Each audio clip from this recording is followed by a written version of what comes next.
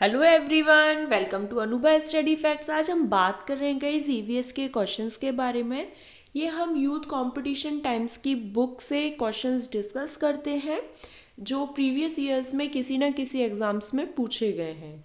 ये सेशन आपको C TET, MP TET और यूपी टेट तीनों ही एग्जाम्स में आपके लिए बहुत ज़्यादा हेल्प करेगा। तो आज का सेशन हम स्टार्ट करते हैं। फर्स्ट क्वेश्चन है कि नीचे दिए गए जीवों के समूहों में से किनकी दृष्टि श्रेष्ठ होती है तथा वे मनुष्यों की तुलना में 4 गुना बेहतर देख पाते हैं या 4 गुना अधिक दूरी तक देख पाते हैं। तो ये अगर आपने थर्ड, फोर्थ और फिफ्थ की एनसीईआरटी नहीं देखी है तो चैनल पर अपलोडेड है। ईवीएस की उन बुक्स को देखिए, उससे आपको एज इट इज इसका आंसर मिल जाएगा। चील, गरुड़ और गिद्ध, उसमें सब कुछ डिस्कस अच्छे से किया हुआ है। अगर नहीं देखी है तो लिंक मैं आपको टेलीग्राम पर प्रोवाइड कर दूंगी, वहां से भी देख सकते हैं या फिर चैनल पर भी अपलोडेड है तो वहां से देख लीजिएगा। चलिए सेकंड क्वेश्चन पर बढ़ जाते हैं कि नीचे दी गई खेती करने के विवरण को पढ़ना है और इस ढंग की पहचान करनी है कि किस प्रकार की खेती है। एक फसल को काटने के पश्चात खेत को कुछ वर्षों के लिए खाली छोड़ दिया जाता है, उसमें कुछ भी नहीं उगाया जाता है। इस भूमि में बांस या अन्य खरपतवार जो भी कुछ उग जाता है उन्हें उखाड़ा नहीं जाता बल्कि काटकर जला दिया जाता है। ये राख भूमि को उर्वरक बनाती है। जब ये भूमि खेती के लिए तैयार हो जाती है तब उसे हल्का सा खोदा जाता है। भूमि को जोता नहीं जाता और उस पर भी छिड़क दिए जाते हैं। तो अगेन मैं वही कहूँगी कि अगर आपने एनसीईआरटी वाली सेशंस नहीं देखें तो देख लीजिए। ये झूम फार्मिंग या झूम खेती बोलते हैं, उसमें एज इट इज़ आपको क्या है, मैंने वन लीनियर फॉर्म में प्रोवाइड किया हुआ है। तो बिल्कुल झूम खेती की जितनी भी ये जो ऊपर है ये इनके कैरेक्टरिस्टिक्स हैं कि भाई जो एक फसल है उसको काटने के पश्चात कुछ वर्षों तक हम उसे ऐसे ही खाली छोड़ देते हैं, फिर उसके बाद उसमें कुछ भी उगाया नहीं जाता है, जो खरपतवार उगाते हैं उनको हम काटते नहीं हैं। ठीक है, इस तरीके से ये कैरेक्टरिस्टिक्स हैं। तो क्वेश्चंस आपसे बहुत इजीली बन जाएंगे। और ये सीटेट सितंबर 2016 का पेपर हम डिस्कस कर रहे हैं जो पूछा गया था। और यूथ कंपटीशन टाइम्स की जो बुक है उसमें क्या है, झारखंड, पंजाब, हरियाणा, राजस्थान, बिहार, मध्य प्रदेश, सीटेट, इन सब के ना ईवीएस के क्वेश्चंस हम लोग डिस्कस करते हैं। तो अलग अलग स्टेट के क्वेश्चंस डिस्कस करने से ये फ़ायदा रहेगा कि कोई भी क्वेश्चन जो है एक तो आपसे छूटेगा नहीं कि ईवीएस से कैसे क्वेश्चंस बनते हैं, और जो हमारे एमपीटेट, सीटेट और यूपीटेट की जो भी प्रिपरेशन कर रहे हैं स्टूडेंट्स, उन लोगों के लिए बहुत ज़्यादा हेल्प मिलती रहेगी। चलिए नेक्स्ट क्वेश्चन पर बढ़ जाते हैं कि जब कोई सपेरा अपने वाद्य यंत्र जो बीन बजाता है तो सांप उसकी ध्वनि पर अपने सिर को इधर उधर घुमाता है। आपके विचार से सांप वाद्य यंत्र के प्रति अनुक्रिया कैसे कर रहा है? क्योंकि हमने क्या पढ़ा है कि जो स्नैक्स होते हैं वो सुन नहीं पाते हैं, तो वो फिर कैसे मूव करते हैं? उस वाद्य यंत्र की गति को देखकर, उस बाद यंत्र द्वारा उत्पन्न कंपनों के प्रति अनुक्रिया। बिल्कुल सही बात है, स्नैक्स वाला भी चैप्टर एनसीईआरटी में है तो देखिएगा। जो वाइब्रेशंस होते हैं ना उनको फील करते हैं स्नैक्स, तो उस वजह से वो मूव करते हैं। तो सेकंड ऑप्शन बिल्कुल सही हो जाएगा, ना कि ऐसा कि वाद्य यंत्र को सूंघकर या फिर उसकी गति को देखकर या ध्वनि को सुनकर, ऐसा कुछ नहीं है। तो यहाँ पर सेकंड जो ऑप्शन है वो बिल्कुल सही हो जाएगा। फिर बात आती है कि परिवार जो है वो एक इकाई होता है जिसमें माता, पिता और 2 बच्चे होते हैं। तो ये स्टेटमेंट किस हद तक सही है या सही नहीं है ये बताना है। सही है क्योंकि सभी भारतीय परिवार इसी प्रकार के होते हैं, ऐसा बिल्कुल नहीं है, संयुक्त परिवार भी होता है। सही नहीं है क्योंकि इस कथन में ये स्पष्ट करना चाहिए कि बच्चे जैविक होते हैं, ऐसा भी कुछ नहीं है। फिर बात आती है कि सही नहीं है क्योंकि जो परिवार है वो कई प्रकार के होते हैं तथा परिवार का केवल एक ही प्रकार में वर्गीकरण नहीं किया जा सकता। बिल्कुल सही बात है, यहाँ पर इन्होंने केवल एकल परिवार के बारे में बताया है, जबकि परिवार जो होते हैं वो कई प्रकार के होते हैं। संयुक्त परिवार के बारे में यहाँ पर स्टेटमेंट नहीं दिया गया। फिर है फोर्थ, सत्य है क्योंकि किसी आदर्श परिवार का आकार है, तो थर्ड ऑप्शन बिल्कुल सही हो जाएगा। तो यहाँ पर देखिए 18/9/2016 का हम पेपर डिस्कस कर रहे हैं। फिर बात आ जाती है कि मानव के पेट में जो आमाशय रस होता है उसकी जो प्रकृति होती है वो कैसी होती है और वह भोजन के पाचन में सहायता करती है।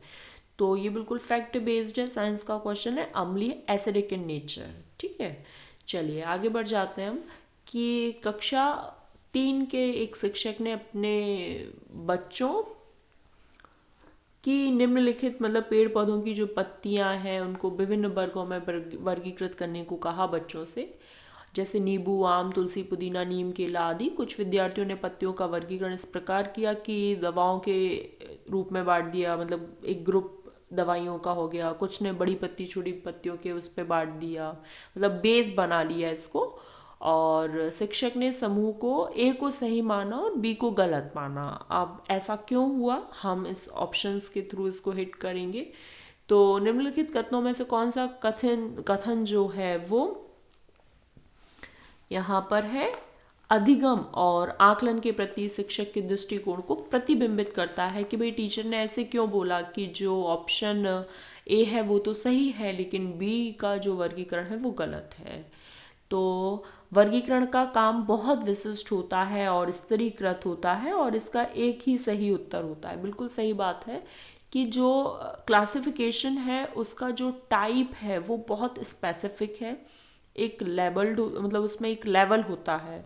तो जो फर्स्ट ऑप्शन है उसको इसलिए सही मान लिया गया क्योंकि वो on the basis of medicine या दवाइयों के गुण के बारे में ये है कि क्या कैरेक्टरिस्टिक्स बताए गए हैं, और छोटी बड़ी पत्तियों का यहाँ पर कोई स्पेसिफिक कैरेक्टर नहीं बताया जा रहा है, इसलिए बी ऑप्शन को उसने गलत मान लिया।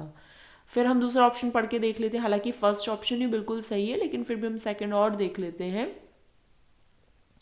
कि ये क्रियाकलाप पत्तियों से सूचना ग्रहण करने पर केंद्रित है, तो ऐसा तो बिल्कुल भी नहीं है। बच्चे बहुत प्रकार के संदर्भों को कक्षा में लाते हैं जिसकी सराहना करनी चाहिए। हाँ, ये बात बिल्कुल सही है लेकिन ये हमसे क्वेश्चन ही अलग पूछा गया। हमसे क्वेश्चन क्या पूछा गया कि शिक्षक का दृष्टिकोण क्या प्रतिबिंबित करता है। अगर क्वेश्चन ऐसा आता कि एज अ टीचर आपको क्या करना चाहिए तो थर्ड ऑप्शन हो सकता था सही कि भाई हमें बच्चों के संदर्भों को जो बच्चे लाते हैं क्लास में अपने अपने ओपिनियंस अपने जो भी विचार लाते हैं तो उनको सराहना करनी चाहिए। लेकिन हमसे ये पूछा गया कि किस बेस पर ये चीज़ हुई है, तो फर्स्ट ऑप्शन बिल्कुल सही हो जाएगा।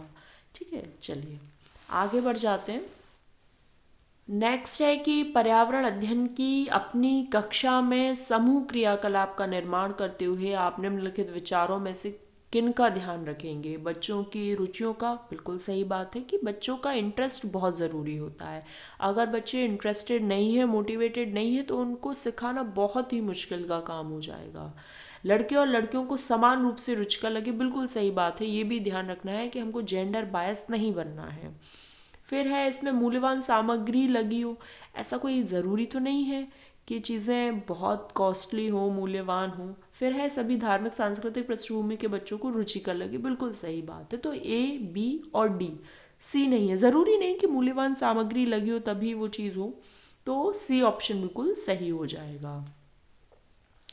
नेक्स्ट है कि निम्नलिखित सभी कथन पर्यावरण अध्ययन में सामूहिक रूप से क्रियाकलापों में संलग्न शिक्षकों और विद्यार्थियों के पक्ष में तर्क प्रस्तुत करते हैं, केवल एक कथन को छोड़कर। वो कथन कौन सा होगा।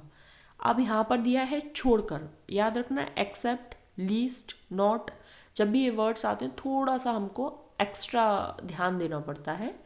प्रणों के समर्थन से बच्चों को अपनी क्षमता से अधिक ज्ञान के निर्माण में सहायता मिलती, बिल्कुल सही बात है। जो हमसे बड़े होते हैं या जो ज़्यादा जानकार होते हैं, अगर बच्चे उनसे समझते हैं या चीज़ें डिस्कस करते हैं तो अपने ज्ञान में निर्माण तो होता है बच्चों के, बिल्कुल ठीक बात है। बच्चे परस्पर सामंजस्य और सहयोग करना सीखते हैं, बिल्कुल ठीक बात है। बच्चे दूसरे बच्चों से बात और बहस, देखो यहाँ पे बहस वर्ड हो सकता है आपको गलत लगे लेकिन यहाँ पर डिबेट की बात हो रही है ना। तो बात करने से, बहस करने से, इसको आप बहस ना लेकर डिबेट लें तो ज़्यादा बेटर रहेगा। फोर्थ ऑप्शन देख लेते हैं, जैसे अगर हम एग्जाम में एक क्वेश्चन सॉल्व कर रहे हैं तो क्या करेंगे, हम सी ऑप्शन को होल्ड पर रख देंगे, मतलब होल्ड पर रखेंगे कि यार यहाँ पर बहस दिया है तो पता नहीं इसका आंसर सही होगा या नहीं। दो तो भाई बहुत अच्छी बात है, अब चूंकि हमसे छोड़कर पूछा गया मतलब हमें लीस्ट इंपॉर्टेंट बताना है, तो सी ऑप्शन ठीक है। लेकिन हम फोर्थ ऑप्शन की तरफ जाएंगे कि समूह क्रियाकलापों की वजह से बच्चे अंक उपलब्धि में अच्छा सुधार प्रदर्शित करते हैं, ये तो बिल्कुल ही गलत है। है ना। अगर आपको कभी ऐसे बहस वाला ऑप्शन या कभी भी ऐसी कोई चीज़ दिखती है तो आप फिर कंपेयर करना सीखो कि उन दो ऑप्शन में से बेस्ट ऑप्शन कौन सा है, वो हमारा आंसर हो जाएगा। और पेडागोजी में यही देखा जाता है, तो फोर्थ ऑप्शन बिल्कुल सही हो जाएगा। आगे है कि समूह कार्य से पर्यावरण अध्ययन कर रहे बच्चों की सामाजिक व्यक्तिक विशेषताओं के आकलन के लिए निम्नलिखित में से कौन सा उपकरण सर्वाधिक उपयुक्त होगा। तो पर्यावरण अध्ययन में प्रोजेक्ट वर्क बहुत ज़्यादा इंपॉर्टेंट रोल प्ले करता है। जैसे अगर फील्ड वर्क करा रहे हैं, फील्ड में आप ले जाकर उस चीज़ को वहाँ दिखा रहे हैं, करवा रहे हैं, तो ऐसे जो प्रोजेक्ट वर्क होते हैं, दत्त कार्य होते हैं, वो ज़्यादा इंपॉर्टेंट रोल प्ले करते हैं ईवीएस में।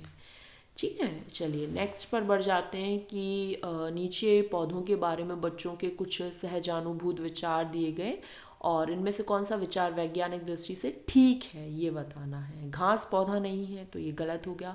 कुछ सब्जियां फल होती हैं, बिल्कुल ठीक बात है। बीज किसी पौधे का हिस्सा नहीं होते, गलत है। गाजर और बंद गोभी पौधे नहीं, ये भी गलत है। तो बी ऑप्शन बिल्कुल यहाँ पर सही हो जाएगा।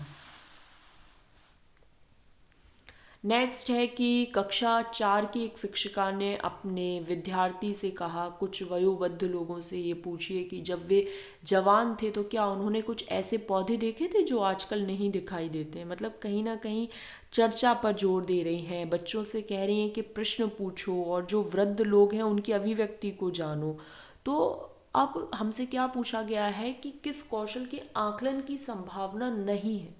तो यहाँ पर बच्चा प्रयोग नहीं कर रहा है, बल्कि वो क्या कर रहा है, जो उनसे बड़े हैं, जो वयोवृद्ध हैं, जो बूढ़े लोग हैं, या जो उनसे उम्र में ज़्यादा के हैं, तो उनसे ये जानने की कोशिश करना। मतलब कहीं ना कहीं आप चर्चा कर रहे हो, आप प्रश्न पूछ रहे हो। अब जब वो इस बात की बताएंगे कि हाँ कुछ ऐसे पौधे हैं जो उनके टाइम पर थे लेकिन आजकल नहीं, मतलब वो अपने विचारों की अभिव्यक्ति प्रस्तुत कर रहे हैं।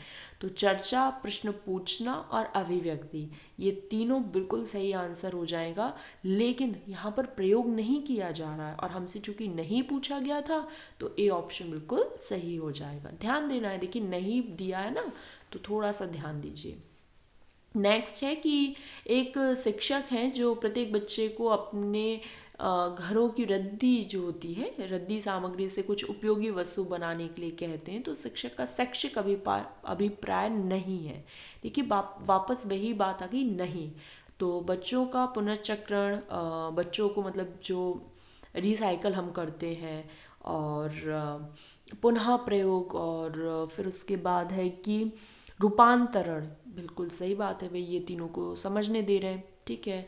फिर है कूड़े से बनी श्रेष्ठ वस्तुओं की प्रदर्शनी आयोजित करना। हाँ ठीक बात है भाई, बहुत से लोग ऐसे होते हैं जो रद्दी मटेरियल जो होता है उससे बहुत उपयोगी वस्तु बना लेते हैं। फिर है कक्षा के श्रेष्ठ विद्यार्थी के बारे में निर्णय करना। तो ऐसा तो नहीं है, क्योंकि हमें यहाँ पर लेबल नहीं करना है, कभी भी याद रखना। फिर है बच्चों की में सृजनशीलता, बिल्कुल सही बात है कि क्रिएटिविटी, भाई क्रिएटिविटी कब आएगी, जब आप इस तरीके से बच्चों को प्रयोग करने देंगे कि आप रद्दी से कुछ बनाइए, तो कहीं ना कहीं बच्चा क्रिएटिव बनेगा। तो हमारा सी ऑप्शन यहाँ पर बिल्कुल सही हो जाएगा, क्योंकि अभिप्राय नहीं पूछा है, नहीं पर थोड़ा सा ज़्यादा ध्यान दीजिएगा। फिर बात आती है कि प्रश्नों को पढ़ना है, 4 ऑप्शंस दिए हैं। तो निम्नलिखित प्रश्नों को पढ़ो कि मैंने क्रियाकलाप की योजना कितनी अच्छी बनाई, मैंने योजना का अनुसरण कितना अच्छा किया, और मेरी शक्तियाँ क्या थी, मुझे सचमुच कठिन क्या लगा। अगर आप इस तरीके से प्रश्न बच्चों से पूछ रहे हैं, तो यहाँ पर बच्चों का स्व आकलन हो रहा है। तो फोर्थ ऑप्शन बिल्कुल सही हो जाएगा। फिर बात आती है 14th की पर्यावरण अध्ययन की पाठ्य पुस्तक में प्रयुक्त भाषा रूखी और बच्चों के द्वारा समझने में कठिन होनी चाहिए। तो ऐसा तो बिल्कुल भी नहीं होना चाहिए। केवल परिभाषाओं पर अगर आप बल देंगे तो क्या बच्चा अंडरस्टैंडिंग डेवलप कर पाएगा, नहीं, तो ये भी कैंसिल हो गया। तकनीकी और औपचारिक होनी चाहिए। हाँ ठीक बात है कि भाई तकनीकी हो, लेकिन औपचारिक ये नहीं होगा ना, टेक्निकल फिर भी ठीक है।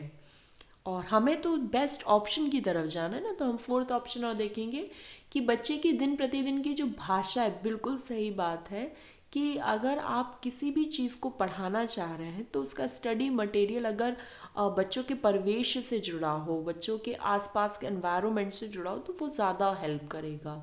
तो बच्चे की जो दिन प्रतिदिन की जो भाषा से संबंध अगर उस चीज़ का होगा तो वो बहुत ज़्यादा इम्पैक्ट डालेगी, पॉजिटिव प्रभाव डालेगी। आज के लिए लास्ट है, चूंकि हम 15 क्वेश्चंस एक सेशन में डिस्कस करते हैं, तो आज के लिए लास्ट है कि एक शिक्षक अपने विद्यार्थियों को विभिन्न पशुओं के चित्र देते हैं और उन पशुओं पर रंग भरने के लिए कहते हैं जो हमारे घरों में नहीं रहते। मतलब कहीं ना कहीं बच्चा अपनी क्रिएटिविटी यूज़ करेगा कि हाँ ऐसे कौन से एनिमल्स हैं जो घर में रहते हैं, अवलोकन करेगा, ऑब्जर्व करेगा, फिर वर्गीकरण वाली बात आ जाएगी। लेकिन यहाँ पर डेटा का कोई कलेक्शन, डेटा संग्रह नहीं हो रहा है, तो ए, बी और सी ऑप्शन की तरफ हम जाएंगे। तो गाइज यहाँ पर हमारा सेशन कंप्लीट हो गया है। हमने 15 क्वेश्चंस डिस्कस कर लिए हैं।